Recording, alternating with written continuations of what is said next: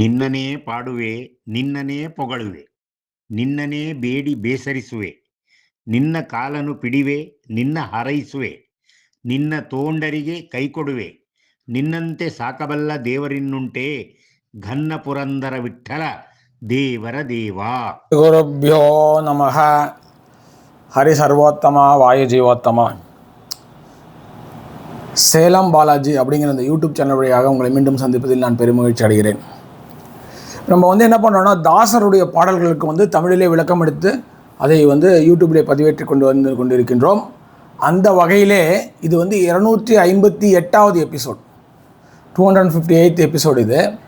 So இதெல்லாம் இவ்வளோ தூரம் போயிட்டுருக்குன்னா அதுக்கு காரணம் அந்த இறையருளும் குருவருளும் உங்களை போன்ற ரசிகரின் ஆதரவும் தான். அதுக்காக என்னுடைய நன்றியை தெரிவித்துக் கொள்கிறேன். இந்த தடவை கூட ஒரு வைராகிய பாடல் ஒன்றை தான் எடுத்துக்கொண்டிருக்கிறோம். புரந்தரதாசர் எழுதிய ஒரு வைராகிய பாடலை எடுத்துக்கணும். நானேனு மாடிதனோ ரங்கையா ரங்கா நீ என்ன காயா பேக்கோ அப்படிங்கிறது. அதாவது தாசர்கள் பற்றி நம்ம பார்க்குறோம். அவர் எந்த வகையில் இறைவனிடம் சரணடைவார்கள், என்ன தாசத்துவம், இறைவனை சரணடைவது, நீனே கதி என்று சரணடைவது, எந்த விதமான எதிர்பார்ப்பும் என்று சரணடைவது, அது போல பார்க்கிறோம். எவ்வளவுக்கு எவ்வளவு சரணாகத தத்துவத்தை அவர்கள் வைத்து கொண்டிருக்கிறார்களோ அவ்வளவுக்கு அவ்வளவு அவர்கள் என்ன பண்ணுவாங்க, போராடவும் செய்வாங்க, வாதாடவும் செய்வாங்க.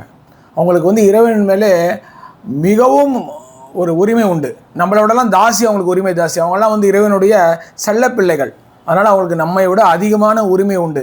எவ்வளோக்கு எவ்வளோ பணிஞ்சு அப்பா என்னை காப்பாற்றுப்பான்னு கெஞ்சுவாங்களோ அவ்வளோக்கு எவ்வளோ என்ன பண்ணுவாங்க, உரிமையுடன் சண்டையும் போடுவாங்க.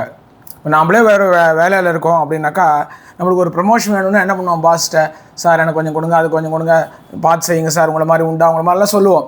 அது கிடைக்கலன்னாக்கா முடிஞ்ச வேலையை விட்டுப்போம், அவ்வளோதான், வேறு ஒன்றும் பண்ண முடியாது. ஏன் அவங்க அக்கா பையனை அவனுக்கு கொடுத்துருக்க, எனக்கு ஏன் கொடுக்க மாட்டேங்கிறேன், அவன் ஏன்னா அவனுக்கு ரொம்ப தெரிஞ்சவனா, அவனுக்கு ஏன் கொடுத்த, அவன் உங்கள் மாமா பையனா, அவனுக்கு ஏன் கொடுத்த, அப்படிலாம் நம்மளால் கேள்வி கேட்க முடியாது, பண்ண மாட்டோம். வேணாம், வேலை வேணான்னு போயிடுவோம். ஆனால் அவனை விட பெரியவன் இறைவன். அந்த இறைவன்கிட்டே அவர் என்ன கேட்குறாரு பாருங்க, எனக்கு அவனுக்கு ஏன், நான் இவ்வளோ உனக்காக தாசனாக நான் வேலை செய்து கொண்டிருக்கின்றேன், ஆனால் நீ எனக்கு அருள் புரியாமல் யாருக்கோ பண்ணியிருக்கேன், அவன் என்ன உங்கள் அக்கா பையனா, அவன் என்ன பெரியவன், அவனுக்கே நீ கொடுத்த, அப்படிங்கிற மாதிரி வாதாடக்கூடிய உரிமையை உடையவர்கள் நம்முடைய தாசர்கள். ஸோ அந்த வகையிலே புரந்தரதாசர் நீங்கள் கடவுள்கிட்ட வாதாடி நீங்கள் பார்த்தது இல்லைல்ல, அது அருமையான பாடல் இது. அவர் எப்போவுமே அப்பப்போ போட்டுருவார், நான்லாம் ஒன்றும் இல்லை, உனக்கு தான் அதனால் கேவலம் அப்படிங்கிற மாதிரி இறைவன் மேலேயே பாரத்தை போடக்கூடியவர். ஸோ இந்த பாடலை அதை மிக அருமையாக சொல்லியிருக்கிறார். இந்த பாடலை நமது சேனலுக்கு மிக முதுகெலும்பாக தெரிந்து கொண்டிருக்கும் அவர் தான் பேக் போன், இதுக்கு நிறைய சப்போர்ட் பண்ணுறாரு. அவர் இல்லைன்னா இந்த சேனல் நடக்காது. திரு ஆனந்த்குமார் பாட்டீல் அவர்கள். நான் கூட அந்த மறந்து போய்டுவேன், அடுத்த வாரம் என்ன பாட்டை போடுறதுன்னு. எல்லாத்துக்கு முன்னாடி அவரு ஃபோன் வரும், அடுத்த பாட்டு என்ன பாட்டு போட போகிறேன், அதுக்கு என்ன பண்ணியிருக்கேன், ப்ரிப்பரேஷன் பண்ணியிருக்கேன்னு சொல்லிட்டு என்னை விரட்டிகிட்டே இருப்பார், ரெடியாண்டு. ஸோ அத்தகைய ஒரு ஆர்வலர், நம்முடைய சேனல் மேலே மிகுந்த அன்பும் பாசமும் கொண்டவர் திரு ஆனந்த்குமார் பாட்டீல் அவர்கள். அவர்கள் தான் இந்த பாடலை பாடியிருக்கிறார். அவருக்கு என்னுடைய நன்றியும் வணக்கத்தையும் நான் தெரிவித்துக் கொள்கிறேன். இப்போ என்ன பண்ணலாம், திரு ஆனந்த்குமார் பாட்டீல் அவர்கள் பாடிய பாடலை கேட்போம், அதற்கு பிறகு பாடலுக்கான அர்த்தத்தை பார்ப்போம். வாங்க இப்போ திரு ஆனந்த்குமார் பாட்டீல் அவர்கள் பாடிய பாடலை கேட்போம். ನಾನೇನ ಮಾಡಿದೆನೋ ರಂಗಯ್ಯ ರಂಗ ನೀಯನ್ನ ಕಾಯಬೇಕೋ, ಮಾನಾಭಿಮಾನವು ನಿನ್ನದು ಎನಗೇನೋ, ಮಾನಾಭಿಮಾನವು ನಿನ್ನದು ಎನಗೇನೋ, ದೀನರಕ್ಷಕ ತಿರುಪತಿಯ ವೆಂಕಟರಮಣ ನಾನೇನ ಮಾಡಿದೆನೋ ರಂಗಯ್ಯ ರಂಗ ನೀಯನ್ನ ಕಾಯಬೇಕೋ. ರಕ್ಕಸ ಸೂದನನೆ ಕೇಳೋ ಧ್ರುವರಾಯ ಚಿಕ್ಕವನಲ್ಲವೇನೋ, ರಕ್ಕಸ ಸೂದನನೆ ಕೇಳೋ ಧ್ರುವರಾಯ ಚಿಕ್ಕವನಲ್ಲವೇನೋ, ಉಕ್ಕಿ ಬರುವ ಕರ್ಮ ಮಾಡಿದ ಜಮಿಳ ನಿಮ್ಮಕ್ಕನ ಮಗನೇನೋ, ನಾನೇನ ಮಾಡಿದೆನೋ ರಂಗಯ್ಯ ರಂಗ ನೀಯನ್ನ ಕಾಯಬೇಕೋ. ಕರಿರಾಜ ಕರೆಸಿದನೆ ದ್ರೌಪದಿ ದೇವಿ ಬರೆದೋಲೆ ಕಳುಹಿದಳೆ. ಹರುಷದಿಂದಲಿ ಋಷಿ ಪತ್ನಿಯ ಶಾಪವ, ಹರುಷದಿಂದಲಿ ಋಷಿ ಪತ್ನಿಯ ಶಾಪವ ಪರಿಹರಿಸಿದೆಯಲ್ಲೋ. ಓ ನಾನೇನ ಮಾಡಿದೆನೋ ರಂಗಯ್ಯ ರಂಗ, ನೀಯನ್ನ ಕಾಯಬೇಕೋ. ಒಪ್ಪಿಡಿ ಅವಲಕ್ಕಿಯ ತಂದವನಿಗೆ ಒಪ್ಪುವಂತೆ ಕೊಡಲಿಲ್ಲವೇನೋ. ಓ ಒಪ್ಪಿಡಿ ಅವಲಕ್ಕಿಯ ತಂದವನಿಗೆ ಒಪ್ಪುವಂತೆ ಕೊಡಲಿಲ್ಲವೇನೋ. ಸರ್ಪಶಯನ ಶ್ರೀ ಪುರಂದರ ವಿಠಲ, ಸರ್ಪಶಯನ ಶ್ರೀ ಪುರಂದರ ವಿಠಲ, ಅಪ್ರಮೇಯ ಕಾಯೋ. ನಾನೇನ ಮಾಡಿದೆನೋ ರಂಗಯ್ಯ ರಂಗ, ನೀಯನ್ನ ಕಾಯಬೇಕೋ. ಮಾನಾಭಿಮಾನವು ನಿನ್ನದು ಎನಗೇನೋ, ಮಾನಾಭಿಮಾನವು ನಿನ್ನದು ಎನಗೇನೋ. ದೀನರಕ್ಷಕ ತಿರುಪತಿಯ ವೆಂಕಟರಮಣ, ನಾನೇನ ಮಾಡಿದೆನೋ ರಂಗಯ್ಯ ರಂಗ, ನೀಯನ್ನ ಕಾಯಬೇಕೋ, ನೀಯನ್ನ ಕಾಯಬೇಕೋ, ನೀಯನ್ನ காயಬೇಕோ. ஸோ இந்த வயதிலும் அவர் ஹார்ட் பேஷண்ட்டு, அவருக்கு ஸ்டென்ட்டெல்லாம் வச்சுருக்காங்க, மூச்சு விடுறது கஷ்டம், நிறையா ப்ராப்ளம்ஸ் இருக்குது. இன்ஸ்பைட் ஆஃப் தட் நான் பாடணும் அப்படிங்கிற ஆர்வம் உள்ளவர், தாசர் நாமங்கள் பாட வேண்டும் என்பதிலே மிகவும் ஆர்வமாக இருப்பவர். அதனால் நான் அந்த பாட்டை பாடுறேன்னு கேட்டு வாங்கி பாடி கொடுத்துருக்கிறார். ஸோ அவருடைய அந்த ஃபிசிக்கல் கண்டிஷனையும் மீறி இந்த பாடலை அவர் மிக நன்றாக பாடி கொடுத்துருக்கிறார். அவருக்கு என்னுடைய பாராட்டுதலையும் நன்றிகளையும் தெரிவித்துக் கொள்கிறேன். இப்போ பாட்டோட பல்லவி அனுபல்லவிக்கு போவோம். நானேன மாடிதனோ ರಂಗಯ್ಯ ರಂಗ நீ என்ன காயಬೇಕು. கிருஷ்ணய்யான்னு பாடுறாங்க, ரங்கையான்னு பாடுறாங்க. நான் என்ன பண்ணிட்டேன்யா, நான் உனக்கு அப்படி என்னையே பண்ணக்கூடாது பண்ணிட்டேன், நீ என்னை காப்பாற்ற மாட்டேங்கிற, எனக்கு அருள் புரிய மாட்டேங்கிற, அப்படின்னா நான் உனக்கு பண்ணக்கூடாது பண்ணிட்டேன், நான் என்ன பண்ணேன், தப்பு பண்ண சொல்லு அப்படின்றாரு. மானாபிமானம் நின்னது எனகேனோ தீனரட்சக திருப்பதிய வெங்கட்ரமணா, நீ பை சான்ஸ் எனக்கு நீ அருளே புரியலன்னு வச்சுக்கோங்க, அப்படி கஷ்டப்பட்டே இருக்கேன். இருக்கிறவங்களாம் நினைப்பான் இவர் தாசர் இல்லை, இவர் புரந்தரதாசர், இறைவனுக்கு நெருக்கமானவர். ஆனால் அந்த இறைவன் இவரையே கவனிக்கலை, இவருக்கே அருள் புரியவில்லை, நம்மளுக்கெல்லாம் எங்கே அருள் புரிய போகிறான். அப்போது அவருடைய இறைவனுக்கு சக்தி இல்லை. இவ்வளவு வேண்டக்கூடிய, இவ்வளவு சரணாகதி அடைந்திருக்கக்கூடிய அந்த புரந்தரதாசருக்கே பண்ணலன்னா இந்த கடவுள் கருணை இல்லாதவன் அப்படின்னு மக்கள்லாம் நினைக்க ஆரம்பிச்சிருவாங்க. அந்த மானம் அபிமானம்லாம் எனக்கு ஒன்றும் கிடையாது, உனக்கு தான். நீ பண்ணனா உனக்கு பெருமை, எல்லோரும் உன்னை வணங்குவாங்க. எனக்கு பண்ணலையா உனக்கு பெருமை இல்லை, அவ்வளோதான். பாரு, இவ்வளோ வணங்கக்கூடிய ஒருவருக்கு கூட இந்த இறைவன் அருள் புரியவில்லை, அவன் கருணை இல்லாதவன் மக்கள் நினைப்பார்கள், அவ்வளோதான். ஸோ இந்த மானாபிமானம் நின்னது எனக்கு ஒன்றும் கிடையாது, இதனால் எனக்கு ஒரு அவமானம் கிடையாது, நீங்கள் நீ அருள் புரிய எனக்கு ஒன்றும் அவமானம், உனக்கு தான் அது அவமானம். பாருங்கள், இதுதான் அவருடைய உரிமை, இறைவனிடத்தில் அவருடைய உரிமை இதுதான்.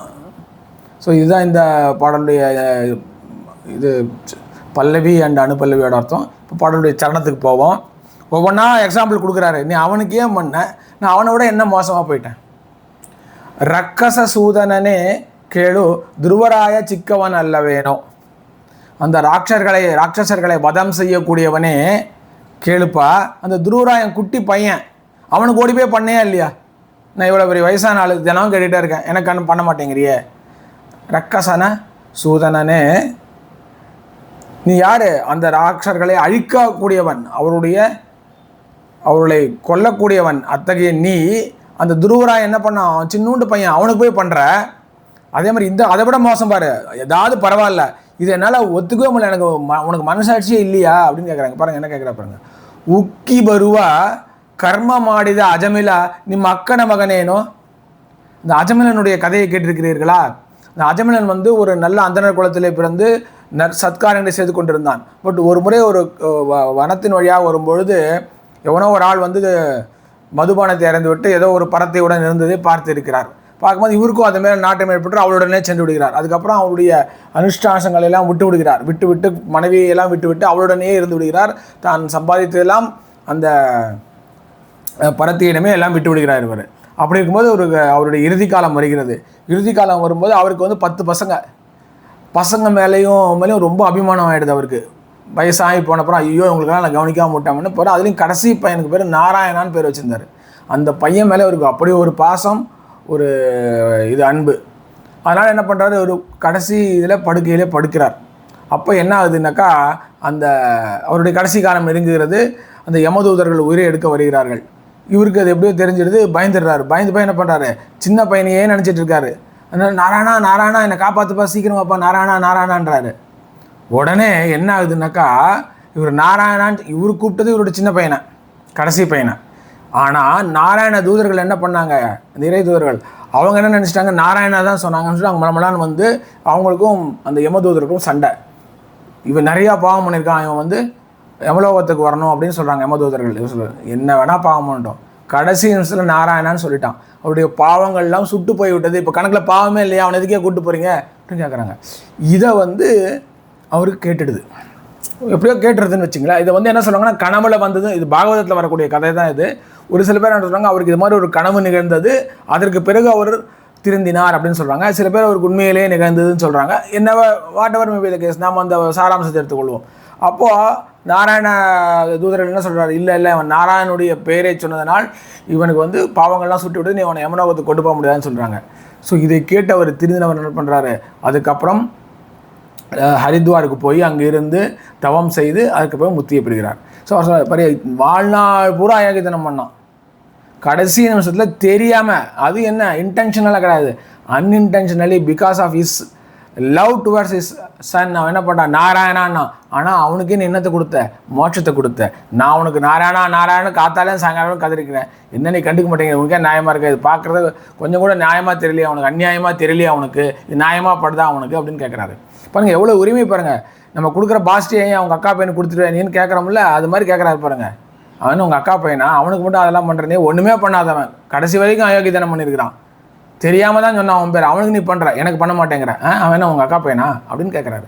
ஸோ இந்த அளவுக்கு இறைவன் மேலே உரிமை உள்ளவர்கள் நம்முடைய தாசர்கள் என்பதை இது காட்டுகிறது நமக்கு. இப்போது பாடலுடைய அடுத்த சரணத்துக்கு போவோம்.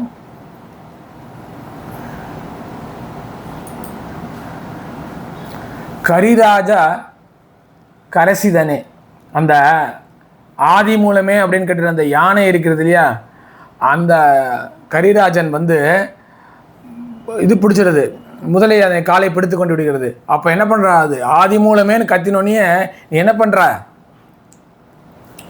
லக்ஷ்மிகிட்ட கூட சொல்லாமல் இல்லையா, அப்படி தானே சொல்கிறாரு நம்ம கோபால சார், துடுதுடுனே பந்தனும். அவங்க லக்ஷ்மிகிட்ட கூட சொல்லலையாம், மேலே அங்கோஸ்திரம் கூட போட்டுக்கலையாம், அவ்வளோ வேகமாக ஓடி வந்து காப்பாற்றுறாரு. வரும்போது மேலே அங்கோஸ்திரம் போட்டுக்கலையாம், கோபாலதாசர் சொல்கிறாரு. லக்ஷ்மிகிட்ட கூட சொல்லலையா, நாங்கள் எங்கே போகிறேன்னு சொல்லலையாம், தடான்னு வந்து அந்த கரிராஜனை காப்பாற்றுகிறார். அப்படி இருக்கும்பொழுது அவர் என்ன, உனக்கு என்ன இன்விடேஷன் அனுப்பிச்சாரா, என் காலை வந்து முழுதலை பிடிச்சிட்டுக்கு நீ கொஞ்சம் வாப்பான்னு சொல்லி இன்விடேஷன் அனுப்பிச்சாரா, வந்தே இல்லையா, நீயா வந்தல்ல. அதே மாதிரி அந்த திரௌபதி அவள் ஏதாவது இமெயில் அனுப்பிச்சாளா, லெட்டர் எழுதி போட்டாளா, என்ன பண்ண நீ, அநாத ரட்சகா அப்படின்னு 2 கையும் தூக்கி கதறணுன்னு என்ன பண்ண, தடதடான்னு வந்து அவளுடைய உதவிக்கு வந்து விட்டாய் நீ, கரெக்டு தானே. அப்படி இருக்கும் பொழுது எனக்கு ஏன் பண்ண மாட்டேங்கிற, ஹருஷದಿಂದಲಿ ಋಷಿ ಪತ್ನಿಯ ಶಾಪವ ಪರಿಹರಿಸಿದೆ ಇಲ್ಲ. அந்த அகல்யா வந்து கல்லாக மாறி விடுகிறது அகலிகை. அப்போ வந்து அது கல் ஏதாவது இறைவனை கேட்குமா, கேட்காது. அப்படி இருக்கும் பொழுது அவள் ஒன்றும் உன்னை கூப்பிடவும் இல்லை, உன்னை வேண்டவும் இல்லை, ஆனாலும் நீ சந்தோஷமாக வந்து அவருடைய சாபத்தை விமோசனம் செய்தாய். இப்படி எல்லாருக்கும் பண்ணுற, ஆனால் என்னை மட்டும் காப்பாற்ற மாட்டேங்க, நானே என்ன மாடிதனோ ரங்கையா ரங்கா அப்படின்னு கேட்குறாரு. அதுதான் பாடலுடைய இந்த சரணத்துடைய அர்த்தம். இப்போ பாட்டுடைய கடைசி சரணம் எப்பவும் போல் நமது புரந்தரதாசர் அவருடைய அங்கிதமான புரந்தர விட்டலா அப்படிங்கிறதை கொண்டு வந்து முடிக்கிறார். ஒப்பிடி அவலிக்கிய தந்தவனிಗೆ ಒಪ್ಪುವಂತೆ ಕೊಡಲಿಲ್ಲವೇನೋ. அதாவது அந்த குச்சேலர் என்ன பண்ணுறாரு, அவனுடைய நண்பனான கண்ணனை பார்க்க வருகிறார். ஒன்றுமே இல்லை, தரித்திரம் வீட்டில் ஒன்றுமே இல்லை. அவர் மனைவி கேட்குறாரு, ஏன் வெறும் கையாடி போய் பாப்பா எதாவது கொண்டு போகலையா? ஆனால் என்னத்தை கொண்டு போகிறது, வீட்டில் எல்லாம் தேடுறாங்க. கடைசியில் ஏதோ ஒரு பானையில் உள்ளார பழைய அவுள் ஒன்று கொஞ்சோன்னு கிடக்கு. அதை எடுத்து பார்த்தா ஒரு 3 பிடி இருக்குது. அதை ஒரு அழுக்கான கந்தலான ஒரு துணியில் வந்து கட்டி இதை கொண்டு போய் கொடுத்துருந்தாரு. அவரும் அதை பத்திரமா எடுத்துகிட்டு வராரு. எடுத்துகிட்டு கண்ணனை வந்து பார்க்குறாரு. பார்த்தோன்னே என்ன கொண்டு வந்திருக்கேன்னு கண்ணன் கேட்குறாரு. அவருக்கு வெக்கப்படுறாரு. இது எப்படி சொல்கிறது, நம்ம துணியோ இவ்வளோ அழுக்காக இருக்குது, இதோ கொண்டு வந்திருக்கிறது ஒரு என்னென்ன சொல்லுவாங்கள்ல, இந்த நல்ல உப்புமா பண்ண அவளுக்கு கூட கிடையாது, அது வர அவள், அது திங்கவே முடியாது, அந்த மாதிரி ஒரு அவள் தான் கொண்டு வந்திருக்காரு. இதுதான் கொண்டு வந்திருக்கான்னு காட்டுறாரு. அப்போ அதுலேருந்து ஒரு பிடியை எத்தனை ஆரம்பித்தாங்க. ஆக்சுவலி சில பாடல்களில் 30 அவலிக்கையான்னு தான் வருது. முப்பிடி அவலிக்கையை தந்தவன. சில பேர் ஒப்பிடி அவலிக்கையான்னு பாடுறாங்க, சில பேர் முப்பிடி அவலிக்கையான்னு பாடுறாங்க. கரெக்டானு சொல்லப்போனால் முப்பிடி அவலிக்கை தான். 3 பிடி தான் அவலிக்கை கொண்டு வருவது 3 பிடி என்ன. ஆனால் இறைவன் என்ன பண்ணால் அது வந்து ஒரு பிடியை எடுத்து வாயில் போட்டுக் கொள்கிறார். போட்டவுடனே அந்த குச்சேலனுடைய அப்படியே எல்லாமே மாறி போயிட்டு வருகிறது இல்லையா. அவன் குபேரனாகி விடுகிறான், அவனுடைய பாவங்கள் சுட்டு போய் விடுகிறது, அவ்வளவோ தனதானியங்கள் சேர்ந்து விடுகிறது. அப்புறம் அவர் என்ன பண்ணுறாரு, 2வது பிடி எடுக்க போகும்போது ருக்மணி சதுமா வந்து டப்புன்னு பிடிக்கிறாங்க கையை. ஐயா சாமி, நீ ஒரு பிடி தின்னதுக்கு உள்ளதெல்லாம் கொடுத்துட்ட, நீ இது 2யும் சாப்பிட்டோன்னா நாங்களாம் ரோடுக்கு வந்துடுவோம், போதும்போது ஒரு பிடி சாப்பிட்டது போதும் நிறுத்திடுறாங்க. அதனால தான் முப்பிடி அவலிக்கையை தந்தவனிக கொண்டு வந்து 3 பிடி கொண்டு வந்தான். அவனுக்கு என்ன பண்ண, ஒரே ஒரு பிடியை சாப்பிட்டுட்டு ஒப்பு வந்தே கொட்டில். யார், இந்த சத்தியபாமாவே ஒத்துக்கிட்டாங்க, அப்பா இதை விட பெருசு ஒன்றும் கிடையாது சாமி, இதுக்கு மேலே கொடுத்துடாத நீன்னு. அது மாதிரி அருள் புரிந்தாய். அது சின்னோண்டு ஒரு வர அவலைக்கு என்ன, அதில் வந்து உப்புமா கூட கிடையாது. நான் சொல்லல அவளைக்கு ஒக்கரணம் அது கூட கிடையாது. அந்த மாதிரி ஒரு அவளைக்கு கொண்டு வந்து நீ அப்படி கொடுத்த நீயே. ஆனால் என்னை கைவிட்ட பற்றியா நீ. சர்ப்பசயனசி புரந்தர விட்டலா, அந்த பாம்பு படுக்கை கொண்டிருக்கிற புரந்தர விட்டனே என்னுடைய அப்பிரமேயனே, நானே என்ன மாடிதனோ என்னை ஏன்பா நீ காப்பாற்ற மாட்டேங்கிற அப்படின்னு சொல்லிட்டு கேட்குறார். ஸோ ஒரு அருமையான புரந்தரதாசருடைய பாடலை கேட்டோம். நாமும் இந்த பாடலை பாடி அந்த இறைவனை அருளை பெறுவோமாக என்று கூறி என்னுடைய இந்த எபிசோடை நான் தொடர்ந்து முடித்துக் கொள்கிறேன். உங்களிடமிருந்து நன்றி கூறி விடைபெறுவர் உங்கள் சேலம் பாலாஜி. நன்றி, வணக்கம். சேலமன் தாயனமாக.